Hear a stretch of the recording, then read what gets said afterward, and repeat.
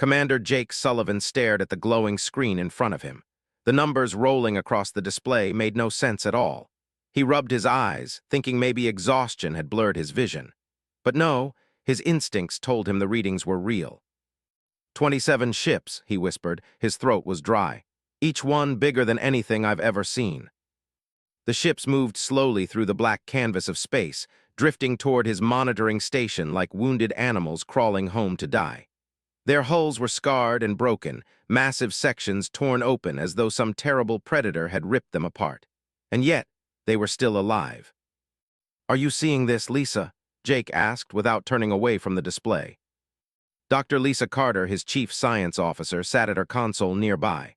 Her fingers flew across the controls, eyes wide with disbelief. She was brilliant, too brilliant to let fear show on her face, but Jake could see her pale skin, the tightness in her jaw. "I'm seeing it," she said finally, her voice tight. "But I don't believe it. These ships, Jake, they're not in any of our databases. The energy signatures are off the charts. Whatever they're made of, it's not just metal. Parts of them are breathing." Jake turned to the observation window. Beyond the glass, Kepler 442b spun in silence, a sapphire and emerald jewel floating in the darkness. On the continents below, tens of thousands of colonists carried on their lives, farmers tending crops, children running through dusty towns, families dreaming of tomorrow. They had no idea what was coming toward them. The first of the strange vessels drifted into view. Its hull shimmered with metallic plates, but between those plates something else pulsed, something that looked disturbingly alive. Sections of the ship rose and fell as though lungs pulled in breath. Other areas were torn open, glowing dimly, wounds that had never healed. Lieutenant Bob Harris, the youngest of Jake's officers, spoke from the communications station. His voice cracked. "Commander, I'm picking up signals from the fleet. They're broadcasting, but it's not any language in our systems. It's light patterns, sound waves, pure math. It's beautiful and terrifying." Jake leaned closer. The signals rolled across the display in elegant curves of light, patterns that repeated and built into something greater, like a symphony written in numbers. His stomach tightened. Whatever these beings were, they were intelligent and desperate. "Sir," Lisa said softly, "I'm detecting life signs on those ships, but not carbon-based like us. These are silicon signatures, crystalline biology. I've never seen anything like it." Jake clenched his fists. The Federation wouldn't like this. The Federation hated what they couldn't control. As if on cue, Bob's console beeped sharply. "Incoming message from Federation Command." The main screen flickered to life, and the stern face of Admiral Helen Brooks filled the room. Her hair was tied tight, her expression colder than the void. "Commander Sullivan," she said, her voice clipped, "you are ordered to maintain maximum distance from the unidentified vessels. Under no circumstances are you to attempt contact. Federation security fleet is en route to intercept. These ships carry a dangerous corruption that must not be allowed to spread." Jake stepped forward, his jaw tight. "What kind of corruption, Admiral? These ships are damaged. They're asking for help." "That is classified," Brooks replied sharply. "Your orders are clear. Maintain distance. Do not engage. Federation forces will arrive within 48 hours. The transmission cut off before Jake could argue. The silence that followed was heavier than any words. Lisa's eyes flicked to him. "Jake, she's wrong. I've been scanning for hours. There's no trace of disease, no bioweapons, nothing dangerous. Whatever the Federation is afraid of, it isn't physical." Jake turned back to the window. The alien ships drifted closer, their strange hulls glowing faintly against the starlight. They weren't weapons. They weren't predators. They were refugees. "Sir," Navigator Kelly Price said quietly, "the lead ship, it's changing course. It's heading straight for Kepler 442b. Jake's heart pounded. If the aliens landed on the colony, the Federation would see it as open defiance. But if they did nothing, the ships might burn up in atmosphere or crash. He made his decision. "Open a channel, all frequencies, now." Bob froze. "Sir, the Admiral." "I heard what she said," Jake interrupted, his voice hard. "But those ships are dying, and we don't turn our backs on people who need help. That's not what humans do." Bob swallowed, then nodded and worked the controls.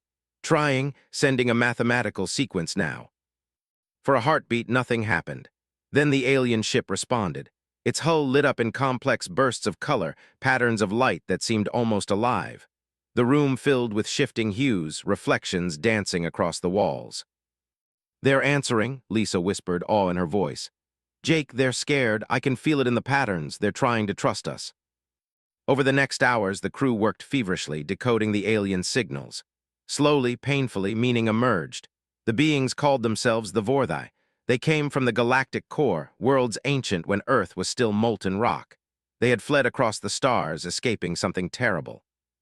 Their message chilled Jake to his bones. "We changed. The network rejected us. Now the Federation hunts us. Please, sanctuary." Lisa's voice trembled. "Jake, the Federation's psychic network, you know how it links all member species together? The Vorthai evolved beyond it. They're no longer bound. That's why the Federation fears them. They represent freedom. Change." Before Jake could answer, alarms blared. Bob's voice broke through the noise. "Commander, Federation fleet has arrived, 12 heavy warships taking positions around the Vorthai." On the main screen, Federation ships gleamed like blades of steel. Cold, perfect, merciless.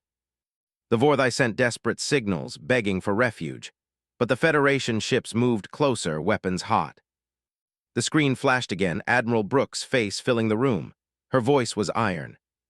"Commander Sullivan, by order of the Security Council, those ships are to be captured or destroyed. They carry a corruption that cannot be allowed to spread. Stand down immediately, or you will be relieved of duty." Jake's chest tightened. He looked at his crew, young Bob, brilliant Lisa, loyal Kelly. He thought of the colonists below, of children who still believed in the dream of a better galaxy. And he thought of the Vorthai, limping through the void, terrified and alone. His decision came like lightning. "Admiral," Jake said, his voice steady, "I respectfully decline to follow that order." The silence on the channel was deafening. Then Brooks' voice cut through like ice. "Commander, you are relieved of duty. Prepare to be boarded." Jake turned to his crew. "Anyone who wants to leave can take a shuttle to the planet. I won't order you to stay for what comes next." No one moved. Bob straightened in his chair, a spark of defiance in his young eyes. "Where would we go, sir? This is where we belong." Lisa's lips tightened, but her gaze was clear. "We don't abandon the helpless, Jake, not today." Kelly set her hands on the controls, her knuckles white. "My family's down there. If the Federation burns this planet, I'll be here to fight for them." Jake's throat burned. He nodded once. "Then we stand together." He opened the emergency channel to the colony below. Governor Pete Morrison's weathered face appeared on screen. The old man's gray hair and kind eyes reminded Jake of Earth's pioneers, men who built cities where none had stood before.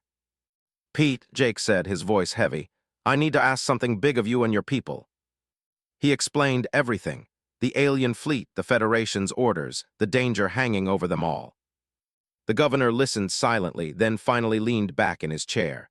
"Bring them down, Jake. We'll find room for them somewhere." Jake hesitated. "Pete, this could mean trouble, big trouble. The Federation won't forgive this." Pete smiled faintly. "Son, I've been dealing with bullies all my life. The Federation's just a bigger bully than most. But you can't let bullies decide who lives and dies, not if you want to call yourself human." Jake closed his eyes for a moment, then transmitted the landing coordinates to the Vorthai. Slowly, the alien ships turned toward the planet, their broken hulls glowing like dying stars. The Federation warships moved to intercept. Jake did something reckless, something that could cost them everything. He swung his tiny monitoring station into position, placing it directly between the Federation fleet and the descending Vorthai. On the comm, Admiral Brooks' voice rang out, sharp with fury. "This is your final warning, Commander. Move aside or we will fire through you." Jake looked at his crew. They nodded silently. He turned back to the Admiral. His voice was calm. "Negative, Admiral. The Vorthai are under human protection now." The screen went black. A moment later, Federation guns began to glow. The hum of the monitoring station's engines filled the command deck. The crew sat in silence, every eye fixed on the glowing weapons of the Federation warships outside the window. Lisa gripped her console so hard her knuckles went white. "They'll fire through us, Jake. You know they will." Jake Sullivan stared at the warships, his face calm though his chest thundered. "Yeah, but they'll have to live with what it means, shooting down their own people just to stop refugees from landing." Seconds stretched like hours. The Federation destroyers held their positions. Their cannons glowed brighter, then slowly dimmed. They weren't firing, at least not yet. "They're waiting," Bob whispered, his voice trembling. "They don't want to make the first move, not with the colony watching." Kelly let out a shaky breath. "That buys us time." And time was exactly what the Vorthai needed. Through the station's sensors, Jake watched the alien fleet break atmosphere. Their ships descended slowly, carefully, like wounded giants. Trails of plasma fire streaked across the sky as they cut through the thin veil of clouds. On the planet below, colonists looked up in awe and terror, shielding their eyes as shadows stretched across fields and towns. The first Vorthai vessel touched down in a wide meadow outside Morningtown, the largest human settlement on Kepler 442b. Its hull shimmered in strange colors, patterns rippling across its surface like waves across a pond. Farmers abandoned their plows, children dropped toys, families poured into the streets, staring as the impossible arrived on their doorstep. Inside the command deck, Lisa gasped. "Jake, they're alive. The ships themselves are alive." Jake had already guessed, but hearing her say it out loud still sent chills down his spine. The comm beeped. Governor Pete Morrison's face appeared on screen. His voice was calm, steady, but Jake could see the weight pressing down on him. "They're here," Pete said simply, "and the people are scared." "I'll be down soon," Jake replied. "We need to talk to them face to face." The meadow outside Morningtown was chaos. Hundreds of colonists crowded behind security barriers, shouting questions and demands. Some were frightened, others curious, others angry. The Vorthai ship loomed above them like a cathedral of glass and steel grown from the earth itself. Its surface pulsed with dim light, as though it breathed with its passengers. Jake stepped onto the field with Lisa at his side. Bob and Kelly followed close behind, their hands resting nervously near their sidearms. The Vorthai ship opened, not with a ramp or hatch, but with petals. Sections of the hull unfurled like a blooming flower, light spilling out in cascading waves. And then the Vorthai emerged. They were tall, easily 8 feet, bodies built of crystalline lattice and flowing metal. Their skin shimmered in fractured colors like stained glass under sunlight. Where humans had eyes, the Vorthai had glowing cores of light that shifted with every movement. Their steps were silent, graceful, as if the ground itself carried them. Gasps spread through the human crowd. Children clung to their parents. A few colonists crossed themselves, muttering prayers. One Vorthai stepped forward, taller and older than the rest. His crystal body glowed faintly with cracks of dim light, as though carrying centuries of weight. He raised one hand in what looked like a gesture of peace. Lisa whispered, "That must be their leader." The Vorthai's body flashed in slow pulses of blue and gold. A moment later, Jake's earpiece translated. "I am Victor." The voice was deep, resonant, neither male nor female, but something ancient. "We come in peace, we come in need." The crowd stirred. Some people whispered that the creatures were beautiful, others muttered that they were monsters. Governor Pete stepped forward from the line of colonists. "Welcome," he said simply. "I'm Pete Morrison, governor of this colony. You'll have food and shelter here, at least for now." But not everyone agreed. A man pushed through the crowd, face red with anger. His name was Dale McKenna, one of the wealthiest ranchers on Kepler 442b. His voice carried like thunder. "You can't be serious, Pete," Dale shouted. "Look at them. They're not human, they're things. The Federation said they're dangerous, and you're just going to let them settle among us. What happens when they turn on us? What happens when the Federation decides we're traitors?" A murmur of agreement rippled through the crowd. Fear spread like fire. Jake stepped forward, raising his voice. "They're refugees, not invaders. They asked for help and we answered. That's what makes us human." Dale sneered. "Easy words, Commander, but will you say the same when Federation warships glass this colony from orbit? We'll lose everything because you wanted to play hero." The argument grew louder, voices clashing, fear battling compassion. And in the middle of it all, the Vorthai stood silently, glowing with faint pulses of light. Then something unexpected happened. A scream split the air.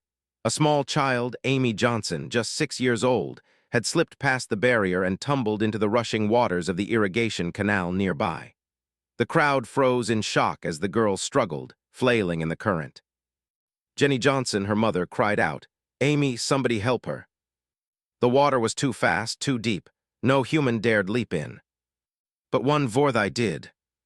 A younger being, barely grown, his crystal body glowing faint green, leapt without hesitation. He cut through the current like liquid glass, reaching Amy just as the water dragged her under. In a single smooth motion, he lifted her above his head, carrying her to the bank. The child coughed, sputtered, then opened her eyes. She looked at the strange alien face above her and smiled. "Thank you," she whispered. The young Vorthai's body flashed with soft blue light. Though the translator didn't speak, everyone somehow understood the answer. "You're welcome." The crowd fell silent. Jenny Johnson rushed forward, sobbing, and pulled her daughter into her arms. Then she turned and hugged the young alien too, tears streaming down her face. Thank you for saving her." Whispers swept through the colonists. Suspicion softened. Fear cracked. Some still glared, but others looked at the Vorthai with something new in their eyes, recognition. Jake caught Pete's gaze. The old governor nodded once as if to say, "This is the proof we needed." But above them, the sky was not friendly. Federation warships hung in orbit, silent and waiting. Their cannons pointed down like swords ready to fall. Inside the command deck of the lead cruiser, Admiral Brooks stood with hands clasped behind her back. Her officers awaited her command. Her eyes were hard as steel. "They've chosen defiance," she said. "Then they will suffer the consequences." That night the colony was restless. Some colonists cheered the Vorthai's bravery, others whispered of doom. Dale McKenna gathered followers, vowing to resist the aliens by force if necessary. Inside the colony's town hall, Jake, Lisa, Pete, and Victor met around a table. The Vorthai leader's glow dimmed as he spoke. "We thank you for sanctuary, but know this, the Federation will not forgive. They will bring destruction to your people as they have to ours." Pete folded his arms. "Let them come. We've faced storms, droughts, and bandits. If the Federation thinks we'll hand over our guests, they don't know Kepler." Jake met Victor's glowing gaze. "What did you run from? What did the Federation call corruption?" Victor's light dimmed further, like embers fatting. "Not corruption, evolution. We were once bound to the Federation's psychic web, as all species are, but something changed in us. We broke free. We became outcasts, and now the Federation fears we will show others the way." Lisa's breath caught. "You mean you evolved beyond their control?" Victor's silence was answer enough. The room was quiet, the weight of truth pressing down. Then Bob rushed in, his face pale. "Commander, you need to see this, now." Jake followed him to the comm station. The screen flickered with an incoming transmission. Admiral Brooks' face appeared once more, her expression colder than ice. "Citizens of Kepler 442b, she said, her voice echoing across the colony as the message was broadcast planet-wide. "You have 24 hours to surrender the alien refugees into Federation custody. If you refuse, your colony will be declared rogue, and rogue settlements are erased." The screen went black. Lisa whispered the words everyone was afraid to say out loud. "They're going to burn us." The town hall of Morningtown overflowed with people. Colonists crammed into the wooden benches, pressed against the walls, and crowded in the doorways. Farmers still wearing dusty boots sat next to engineers in work coveralls. Mothers held crying children, while men with calloused hands clenched their fists in silence. Governor Pete Morrison stood at the front, his weathered face set in grim lines. Behind him, a projection of Admiral Brooks' ultimatum replayed on loop. Her words seemed to echo from the walls. "You have 24 hours to surrender the alien refugees into Federation custody. If you refuse, your colony will be declared rogue, and rogue settlements are erased." The room buzzed with anger and fear. "We can't fight the Federation," Dale McKenna shouted, his voice rising above the crowd. His red face glistened with sweat. "Their fleet could turn this planet into glass in minutes. We've got families here, children. If we don't hand over those things, we'll all be dead by tomorrow." A chorus of agreement rose from his supporters. Farmers and traders who feared losing everything nodded fiercely, some even shouting, "Send them back! Save our children!" At the front, Pete lifted his hands for silence. "We'll hear every voice, but make no mistake, this choice defines who we are." Jake Sullivan leaned forward, resting his palms on the council table. His voice was steady but loud enough to carry through the hall. "The Vorthai aren't soldiers, they're refugees. We saw it ourselves, their ships broken, their people starving. They came to us for help, not conquest. And we all saw what happened today. That boy, Harvey, the young one, he saved Amy Johnson's life when no one else could. Are we really going to hand them over to be slaughtered? Murmurs spread, softer than Dale's rage but no less present. Dale jabbed a finger at Jake. And what happens when the Federation keeps its promise and erases us? Do you think they'll hesitate? We're nothing to them, out on the rim, barely Federation citizens as it is. You want to throw away everything our people built just to play savior for a bunch of glowing monsters. Lisa Carter stood next, her voice sharp and clear. Monsters? You mean the ones who pulled a 6-year-old girl out of the water while the rest of us froze? You're scared, Dale. I understand that. We all are. But don't let fear decide who deserves to live and who deserves to die. The arguments raged for hours. Voices clashed like weapons. Some colonists shouted that they wouldn't let their children be burned for aliens they didn't understand. Others cried that turning the Vorthai over was no different than murder. The air grew hot, stifling as emotions flared. Pete finally slammed his cane against the floor. The crack echoed, silencing the hall. I've lived a long life, the old governor said, his voice rough but steady. I've seen good men make terrible choices because they were afraid, and I've seen frightened people stand taller than they thought they could. Today we choose what kind of people we want to be. Maybe the Federation makes good on its threat. Maybe they don't. But I'd rather die standing with what I believe in than live on my knees for a lie. He turned, pointing toward the meadow where the Vorthai ships waited like silent giants.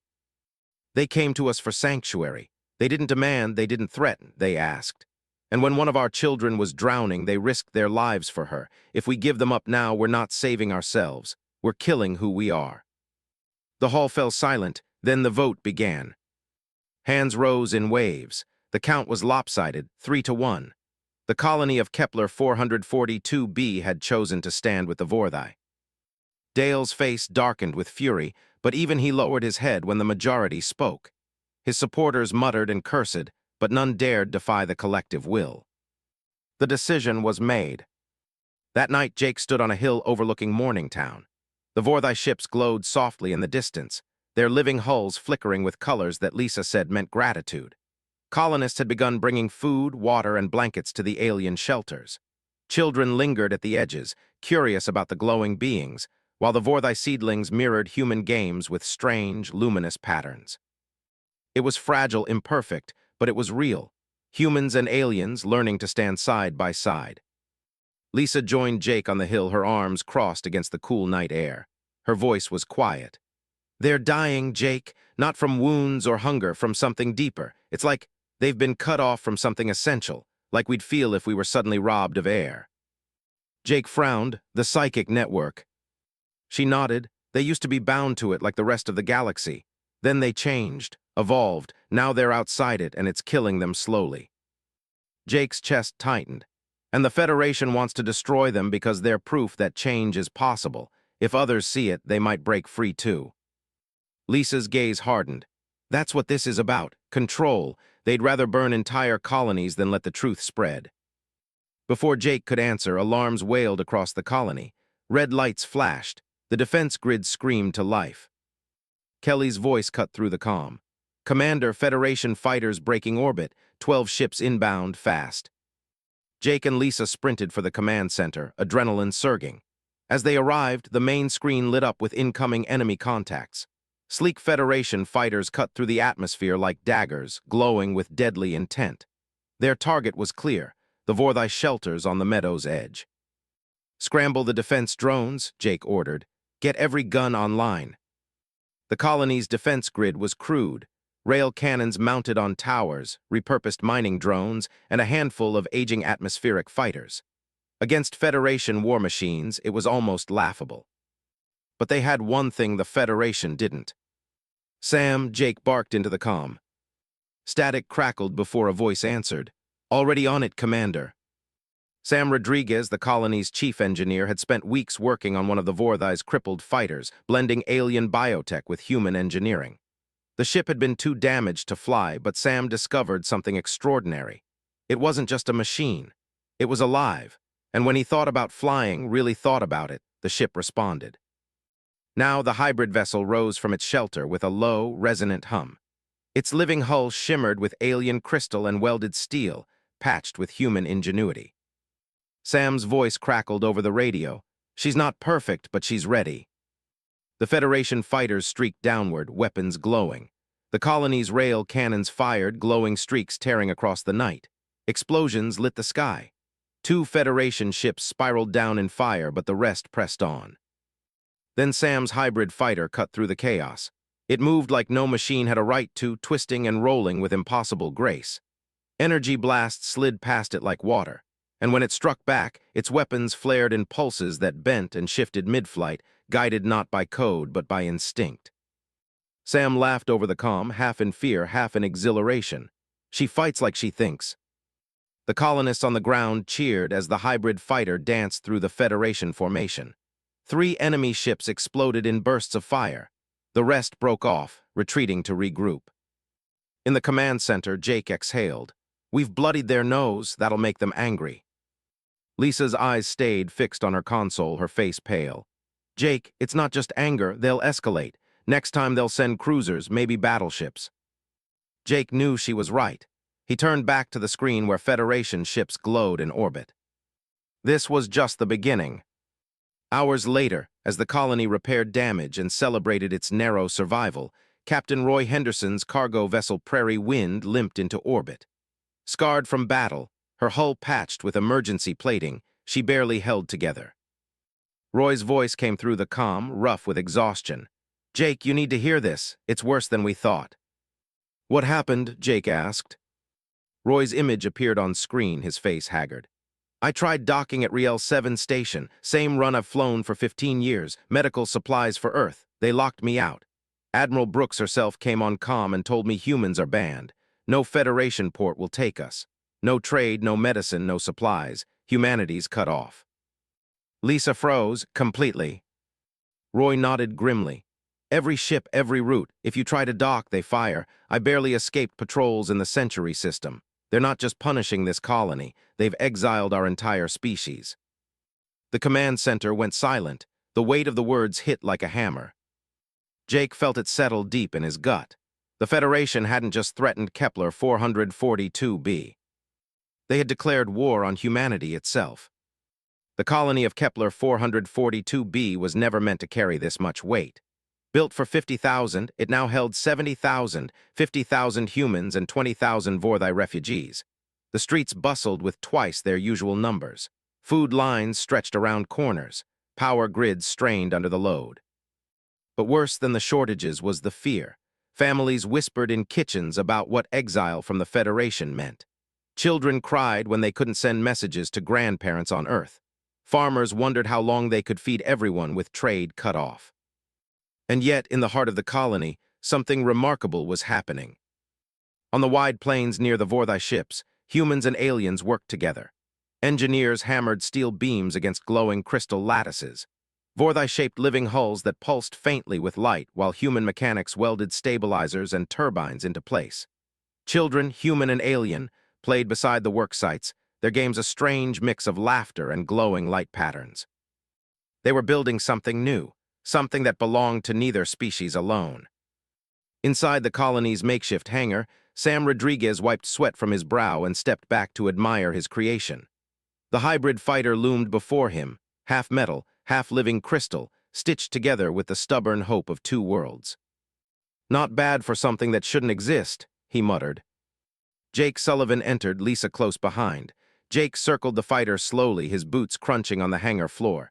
He reached out and laid a hand against the shimmering hull. It was warm, alive. She listens to you, Jake said. Sam nodded, his dark hair plastered with grease and sweat. It's more than listening. She feels. When I'm scared, the shields tighten. When I'm focused, the weapons aim sharper. It's like flying with a partner instead of a machine. Lisa's eyes shone with awe. The Vorthai built ships that connected to thought, but they lost something when they changed. They lost unpredictability. Humans bring that back. Together, we're stronger. Jake studied the ship, then looked at Sam. Can we make more? Sam's grin was weary but real. With enough parts, enough crystal, and enough guts, yeah, we can build a fleet. Jake's stomach tightened. Then we'd better start. The Federation won't stop with one failed fighter run. They'll be back, stronger. The Colony Council reconvened that night. Governor Pete Morrison sat at the head, his cane resting against the table.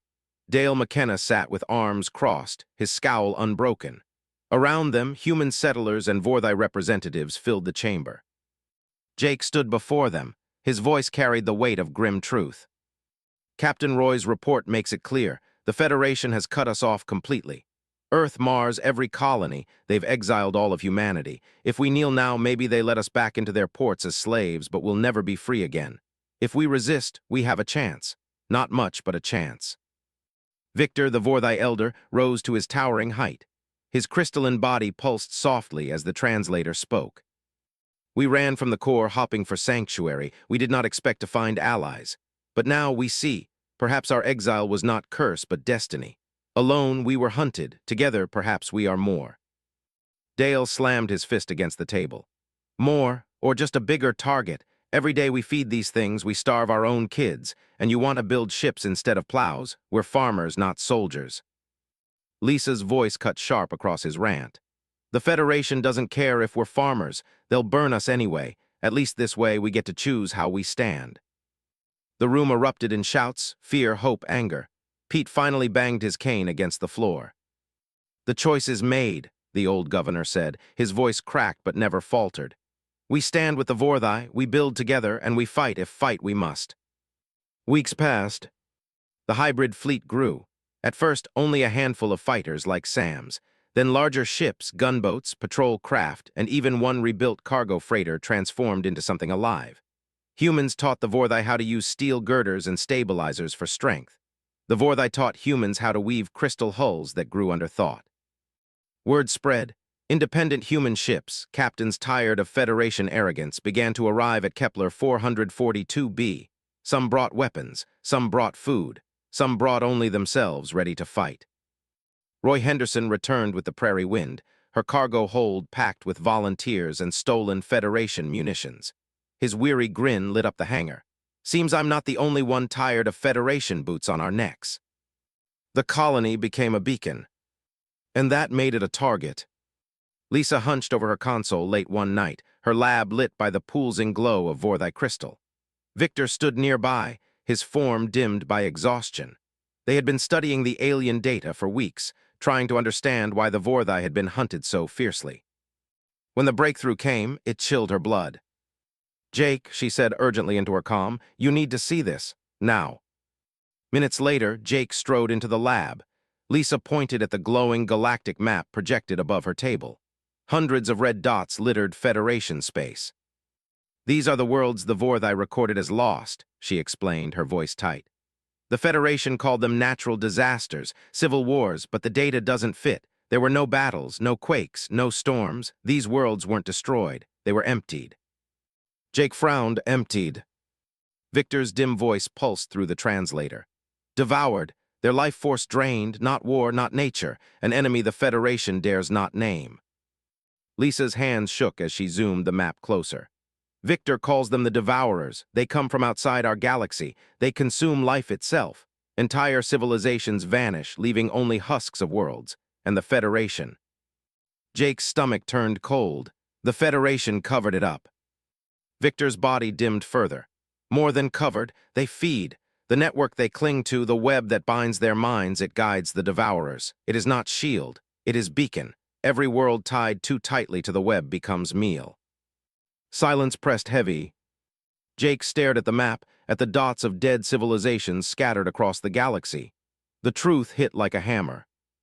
The Federation is protecting anyone. They're delivering species to slaughter. And when you evolved beyond their network, Victor, you became proof that freedom is possible. That's why they hunt you. That's why they fear us standing with you. Lisa's face was pale, her voice shaking. Jake, if this is true, if the Devourers are real, the Federation isn't just our enemy, they're collaborators. Victor's glow dimmed to near darkness. The Federation believes sacrifice is survival. They give up worlds, species, millions of lives, so they themselves are not devoured. They are not protectors, they are predators' servants. The weight of the revelation pressed like iron. Jake clenched his fists, his jaw set. Then the war we're fighting, it isn't just for Kepler 442b, it's for the whole damn galaxy. Before anyone could answer, alarms screamed across the colony. Kelly's voice blasted over the comm. Commander, long-range sensors, Federation fleet incoming, not fighters this time, 30 cruisers, and they're not alone. The screen in the lab flickered to show the incoming signatures. Jake's blood ran cold. Among the Federation warships were other vessels, massive, organic, pulsing with sickly green light. Vessels no Federation database had ever admitted existed. Lisa's voice cracked to a whisper. Jake, those aren't Federation, those are Devourer ships. The command center was silent except for the shrill wail of alarms. Red lights painted the faces of Jake, Lisa, and the others in harsh color. Kelly's voice shook as she reported. 30 Federation cruisers confirmed and 12 unknowns. The signatures matched the Devourer scans Victor gave us. Jake stared at the screen. The Federation fleet looked sharp and precise, ships aligned in perfect formation. But the other vessels, hulking organic monstrosities, drifted like diseased whales through the void. Their hulls pulsed with green light, tendrils trailing behind them like parasites searching for prey. Lisa whispered what everyone was thinking. They've allied with them. The Federation is working with the Devourers. Jake clenched his fists. No, they're hiding behind them, feeding others to the wolves to save themselves. The Colony Council was rushed into emergency session. Pete Morrison slammed his cane against the table as the broadcast of the incoming fleet crackled overhead. You all see what's coming, Pete said grimly. This isn't a raid, this is annihilation. Dale McKenna rose, his face pale but voice still sharp. Then we don't fight. We surrender the Vorthai, give the Federation what they want. Maybe they spare us. Spare us? Lisa snapped. You saw those things, they don't spare anyone. You hand over the Vorthai, you sign our death warrant. Victor stood then, his crystalline body dim but steady. The Devourers do not stop. They cannot be bargained with. If you surrender us, the Federation will still take your colony, your lives, your children, and feed them to the dark. The room filled with shouts, anger and fear clashing like thunder. Jake finally raised his voice above it all. We've already been exiled. There's no way back, so we stand together. Humans and Vorthai, we fight not just for Kepler, but for the galaxy. Because if we fall here, no one else will ever stand. The room quieted. Even Dale lowered his eyes, though his scowl didn't fade. Pete finally spoke, his voice steady as stone. Then it's decided, we fight. The colony erupted into motion. In the fields, hybrid fighters rose one after another, their living hulls shimmering in strange colors. Engineers worked without rest, welding human steel to Vorthai crystal, testing weapons that were half science, half instinct. Volunteers poured into the hangars, farmers, miners, traders, ordinary people ready to defend their homes. Sam Rodriguez stood in the cockpit of his hybrid fighter, hands resting on the strange living controls. He breathed deep, feeling the ship breathe with him. All right, girl, he whispered. Let's see if we can surprise them again. Jake walked the hangar floor, moving from ship to ship. He clapped shoulders, met eyes, offered what encouragement he could. These weren't trained soldiers. They were colonists, but he'd seen enough battles to know courage mattered more than training when survival was on the line. Lisa joined him, holding a data pad glowing with scans. The Devourer ships are worse than we thought. They feed on energy itself. If they get close enough, they'll drain shields, weapons, even life support. Jake grimaced, so we keep them at a distance. Lisa shook her head.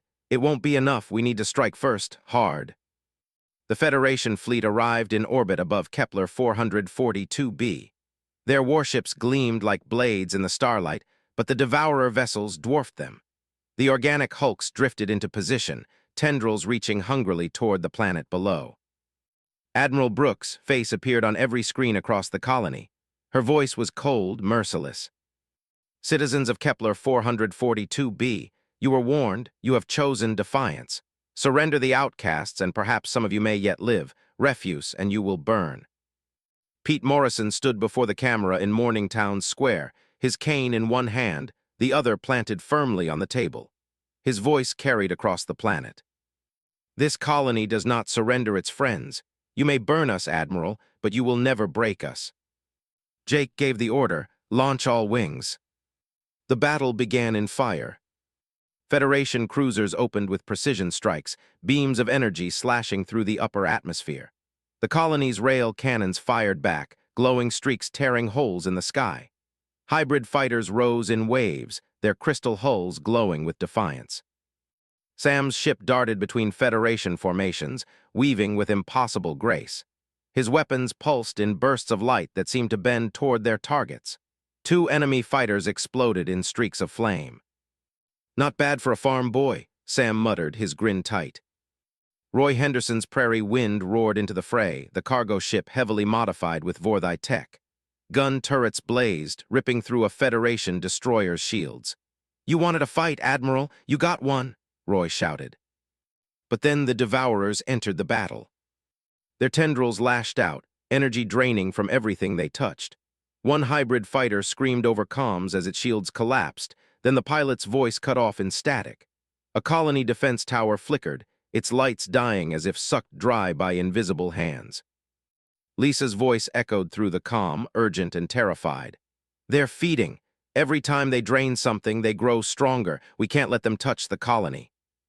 Jake barked orders. "Keep them back, hit them before they close in." Sam dove toward one Devourer ship, firing burst after burst. The weapons struck, but instead of exploding, the blasts dissolved into the creature's hull like food into a stomach. The Devourer pulsed brighter, stronger. Sam swore, "They eat our damn weapons." Lisa's voice broke through.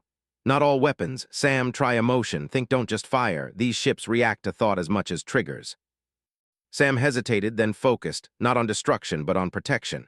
He thought of the colony, of children in schools, of Amy Johnson smiling up at Harvey, the young Vorthai who had saved her. His fighter glowed brighter, the hull pulsing with his thoughts. The next shot it fired burned pure white, streaking into the Devourer. The creature shrieked in soundless agony as its tendril recoiled, smoking. Sam laughed in disbelief. It worked. The battle raged on. Hybrid ships struck with unpredictable power, guided by human will and Vorthai resilience. The Federation fleet reeled under attacks they couldn't predict, their formations breaking. For a moment, it seemed the impossible was happening. But then Admiral Brooks played her hand. The Federation's capital ship unleashed a wave of psychic energy. It rolled across the battlefield like a storm. Colonists screamed as their minds filled with voices, promises of peace, of safety, of surrender. Jake clutched his head, his vision swimming.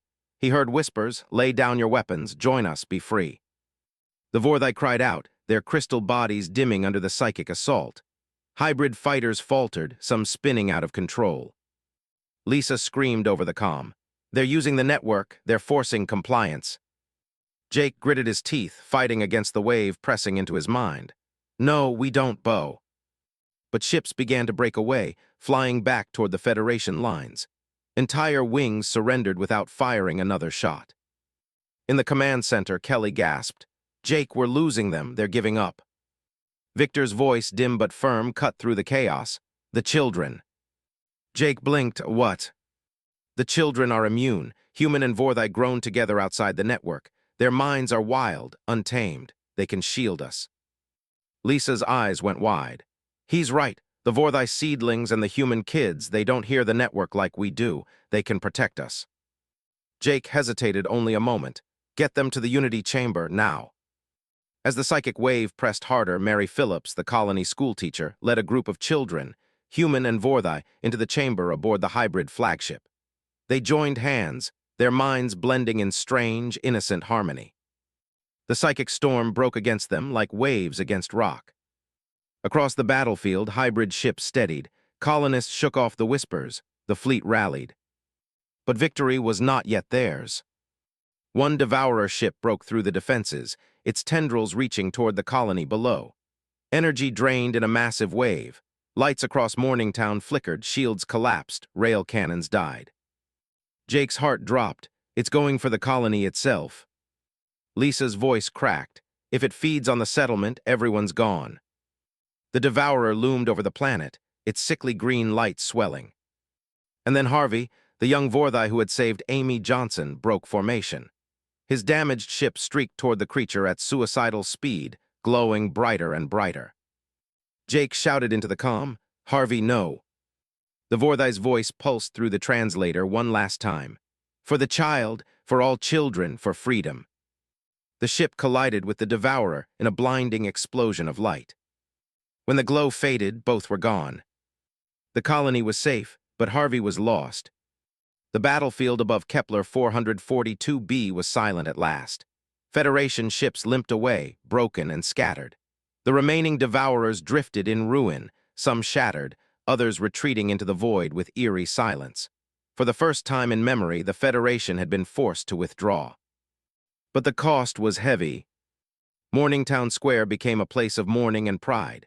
Humans and Vorthai stood together as the wreckage of Harvey's ship was carried in procession. Amy Johnson clutched her mother's hand, her eyes swollen from crying. She broke free, ran to the crystal shard that had been salvaged from the battlefield, and laid a flower on it. The shard pulsed faintly, like a heartbeat answering her grief.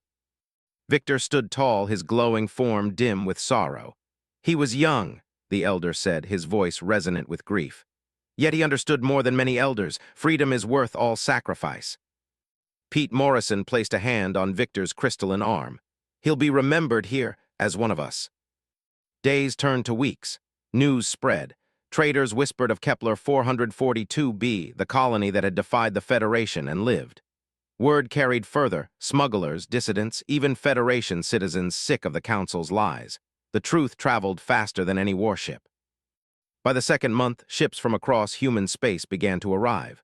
Not just fighters and freighters, but families, whole communities choosing exile to join the outcasts. With them came something unexpected. The Cathara clans, a warrior species long allied with the Federation, sent emissaries. The Kithra, insectoid hive minds once thought incapable of independence, sent scouts. Even the Borlani Confederacy, neutral traders who never took sides, sent weapons and supplies. One Cathara warlord, Thier, bowed low before Jake and Victor in the command center. His mane bristled, his eyes fierce. Our clans have lost too many ships to mysterious disappearances. Now we know the truth. The Federation feeds us to the Devourers. We will not be their cattle. Show us how to fight. Jake shook his hand, human and alien claws clasped together. Then welcome to the rebellion. The hybrid fleet grew rapidly. Sam Rodriguez oversaw the construction yards, sweat and grease caked on his skin. Beside him, Vorthai artisans shaped crystal hulls with light, while human welders bolted engines into place. Together, they birthed ships that had never existed before. The Defiant Spirit, captained by Steve Parker, became the prototype of a new generation, massive, alive, and armed with weapons that fed on the emotions of its crew. When Steve felt fury, its cannons blazed hotter. When his people felt fear, its shields thickened. You don't fly her, Steve explained with awe. You live her. Meanwhile, Lisa Carter led research on the transformation process, helping other species break free from the psychic network. The first Kithra volunteers emerged from Vorthai-grown pods, their minds independent for the first time in thousands of years. Their buzzing voices carried a strange new tone, something like joy. But not everyone survived the transformation. Families wept as some volunteers never emerged. Still, others came, willing to risk everything for freedom. Jake watched it all with pride and dread. They were building more than a fleet. They were building a movement, and movements drew fire. The Federation did not sit idle. Admiral Helen Brooks stood in the vast war chamber at Federation Command. Her officers watched as she slammed a fist against the glowing map of the galaxy. Kepler 442b has become a symbol, she said coldly. And symbols spread like fire. Already, 4 systems question our authority. 2 have refused shipments. If this rebellion is not crushed immediately, the network itself will fracture. One officer cleared his throat nervously. Admiral, with respect, deploying alongside the Devourers has caused unrest among our own citizens. Rumors spread. People ask questions. Brooks' eyes flashed. Rumors are irrelevant. The Devourers are tools, weapons. As long as we control the network, we control the galaxy. She turned to the Fleet Admiralty Council, her voice steel. Assemble everything. Every cruiser, every dreadnought, every battleship. We burn Kepler 442b to ash. Let it be a warning. Back on Kepler, Jake stood with Lisa and Victor in the Unity Chamber. Children, human and Vorthai seedlings, sat in a circle, their hands joined. Together, their innocent minds projected a shield of wild thought that deflected psychic influence. They giggled, unaware of the galaxy's weight resting on their shoulders. Lisa smiled faintly. They're stronger than any of us. The Federation can't break what was never part of their web. Victor's glow warmed slightly. Perhaps the future belongs not to us, but to them. Jake nodded slowly, but his heart was heavy. Let's just make sure they have a future. That night, Mary Phillips found Jake alone on the colony's walls. She stood beside him, looking out at the glowing Vorthai shelters and the distant stars. "You look tired," she said softly. Jake gave a humorless smile. "I am tired, but I can't stop now. Too many are counting on us." Mary folded her arms. "The children believe in you. Humans, Vorthai, all of them. When Amy talks about Harvey, her face lights up. She doesn't see alien or human, she just sees family." Jake's throat tightened. "Then we fight for that." 2 weeks later, the first scouts reported back. Sam's voice came through the calm, tense, and urgent. "Jake, you're gonna want to see this. The Federation isn't just bringing ships, they're bringing everything. We counted over 500 warships at the edge of the system, cruisers, dreadnoughts, carriers, and—" He hesitated, his voice cracking. "And more Devourer vessels, dozens, maybe hundreds, all moving together."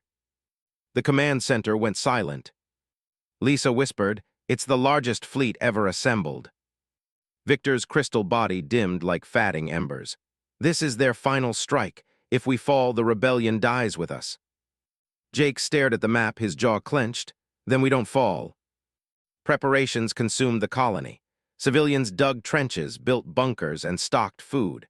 Engineers worked around the clock, forging new hybrid ships. Families wept as they said goodbye to sons and daughters who volunteered for the fleet. In the hangar, Roy Henderson tightened the straps of his flight suit. He met Jake's eyes. "We're outnumbered 10-1, maybe worse, but you know what? I'd rather go down fighting beside you than live as cattle in their pen." Jake clapped his shoulder. "Then let's make them bleed." On the eve of battle, Jake gathered with Victor and Pete in the colony's command hall. Maps and star charts lit the walls, showing the incoming storm. Pete's weathered face was grave. "We're not ready for this, not really, but sometimes, Jake, you don't get to choose the fight chooses you." Jake nodded slowly. "Then we make our stand here now." Victor's light pulsed once, steady and firm. "Together." The next morning, alarms blared across the colony. Kelly's voice cracked as she shouted from her console. "Commander, Federation fleet incoming. 500 ships, Devourer vessels alongside them. They'll be here in 6 hours." Jake rose, his voice steady as stone. "Signal the fleet. Every hybrid ship, every fighter, every soul willing to fight. Tell them this is it. Today decides tomorrow." Lisa's hand trembled on her console. "Jake, if we lose." Jake met her eyes. "Then we make sure the galaxy knows the truth before we fall." He turned to the window, where distant stars flared with the arrival of the largest fleet the galaxy had ever seen. "Humanity," he whispered, "was never meant to bow." The stars above Kepler 442b were no longer silent. The Federation fleet arrived like a tide of steel and fire, 500 ships in perfect formation, engines blazing against the dark. Beside them drifted the Devourers, hulking abominations of flesh and crystal, their tendrils pulsing with sickly green light. Together, they looked like a storm ready to swallow the world whole. The people of Kepler 442b watched from fields, rooftops, and shelters. Mothers held their children close. Farmers laid down plows and picked up rifles. Engineers clutched wrenches that had turned into weapons of survival. In the command center, Jake Sullivan stood tall, his jaw set. His voice carried through every speaker, every channel, every heart. "This is it. The Federation thinks we're broken. They think we'll kneel, but we are not afraid. We are not cattle for their masters. Today we show them that freedom is worth any price. Today we stand." Cheers rose from colonists and refugees alike. Across the hybrid fleet, engines flared to life. Victor stood beside Jake, his crystalline body glowing brighter than it had in weeks. "Together," he said simply. Jake nodded, "Together." The battle began as the two armadas met above the colony. Federation dreadnoughts unleashed volleys of energy, lighting up the void with searing beams. Hybrid ships darted between them, shimmering with living light, responding not just to controls but to the wills of their pilots. The Devourers swept forward, tendrils lashing out to drain energy from everything in reach. Sam Rodriguez led a wing of fighters through the chaos, his laughter wild and desperate. Come on, girl, let's dance. His hybrid fighter twisted and spun, glowing brighter with every thought he poured into it. When he felt fear for the colony, his shields flared. When he thought of anger at the Federation, his cannons burned hotter. Roy Henderson's prairie wind dove into the thick of battle, turrets blazing. The freighter-turned warship unleashed fire that tore holes in a Federation destroyer, sending it spiraling into the void. But the Devourers were relentless. One lashed out, its tendrils wrapping around a hybrid gunship. The crew screamed over comms as the ship dimmed, its life drained in seconds. Lisa Carter's voice cut through the chaos, sharp with urgency. The children, get them into the Unity chamber now. In the flagship Unity, Mary Phillips led human children and Vorthai seedlings into the chamber. They joined hands, their laughter soft but steady. Together, their untamed minds formed a barrier no psychic wave could breach. Across the fleet, pilots and crews shook off the Federation's whispers, fighting with renewed strength. The psychic storm broke against innocence. But Admiral Brooks was not finished. From the bridge of her flagship, her eyes blazed with fury. Enough! If they want to defy us, then let them drown in their defiance. All ships focus on the colony, burn it to ash. Energy beams converged on Kepler 442b, streaks of death raining toward Morningtown. Jake's blood ran cold. All wings defend the colony, everything you've got. Hybrid ships hurled themselves into the path of destruction. Shields flared, weapons roared. One by one, defenders fell, but every second bought time. Sam shouted over the comm, "I can't hold them all back." Jake's heart pounded. They were outnumbered, outgunned, and yet they were still fighting. Victor turned toward him, his glow steady and bright now. "Commander, there is one way left." Jake shook his head. "Victor, no." "The network," Victor's voice resonated like a bell. "It was built by my people's ancestors. I remember its roots. If I connect to it, I can sever it. I can end the Devourer's feast, but it will destroy me." Lisa's eyes filled with tears. "Victor, you'll die." "Better me," the elder said softly, "than a galaxy enslaved." Jake grabbed his arm, his voice raw. "There has to be another way." Victor's light pulsed once, almost like a smile. "You taught us something, Jake Sullivan, that compassion is not weakness, that sometimes sacrifice is the only true strength. This is my gift to you, to your children, to all children." Before anyone could stop him, Victor stepped into the control chamber. His body flared brighter and brighter until the room was filled with blinding light. And then he connected. The effect was instant. Across the battlefield, the psychic network shuddered. On Federation ships, officers screamed as the voices guiding them went silent. Entire crews froze, unable to think without the network's whispers. Dreadnoughts spun helplessly. Fighters collided with one another. The Devourers convulsed. Cut off from the psychic feast, they shrieked soundlessly, their bodies collapsing in on themselves. One by one, they imploded into dust, dissolving into nothing. On Kepler 442b, colonists looked to the sky as the green glow faded. For the first time in 1,000 years, the galaxy's leash had been broken. But Victor was gone. Only shards of crystal remained, glowing faintly with his last light. Lisa fell to her knees, tears streaking her face. He saved everyone. Jake bowed his head. He saved the galaxy. The battle did not end immediately. Federation ships still fired blindly, but without coordination they were easy prey.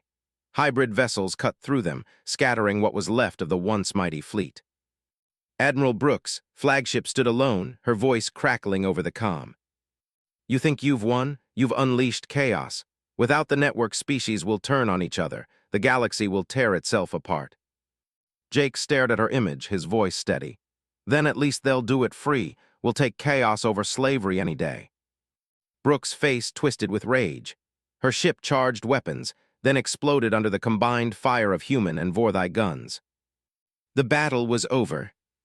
In the weeks that followed, the galaxy changed forever. Worlds once bound to the Federation found themselves free to think for the first time in generations. Some faltered, lost without the unity of the network. Others rejoiced, celebrating their independence. Alliances formed, broke, and formed again. The galaxy was messy, uncertain. But it was free. At Morningtown, a memorial was built. It was simple, a pillar of steel and crystal fused together, glowing faintly with light. At its base were carved two names, Harvey, the young hero, and Victor, the elder who gave his life for the future. Children played there often, human children and Vorthai seedlings together. They didn't see alien or human. They saw friends, family. Lisa Carter established the first Transformation Research Center on Kepler 442b, helping species break free of the network safely. She dedicated it to Victor. Pete Morrison was chosen to represent Earth's colonies at the newly formed Galactic Council of Free Worlds. His weathered voice carried across systems. It won't be neat, it won't be easy, but it will be real, and that's worth everything. Jake Sullivan stayed on Kepler, commanding the hybrid fleet. He often stood at the memorial, watching the light glow against the night sky. Sometimes Amy Johnson would visit, placing flowers where Harvey's shard still pulsed. One evening, Mary Phillips joined Jake there. The stars above were brighter than ever. "You did it," Mary said softly. Jake shook his head. "We did it, humans, Vorthai, everyone who chose to stand." He looked at the stars, vast, infinite, dangerous, and free. And for the first time in a long time, he smiled. In the silence of the galactic core, far beyond any beacon of life, something stirred. Where the devourers had once nested, a dark mass pulsed faintly as if listening. The galaxy was free now, but freedom always had a price.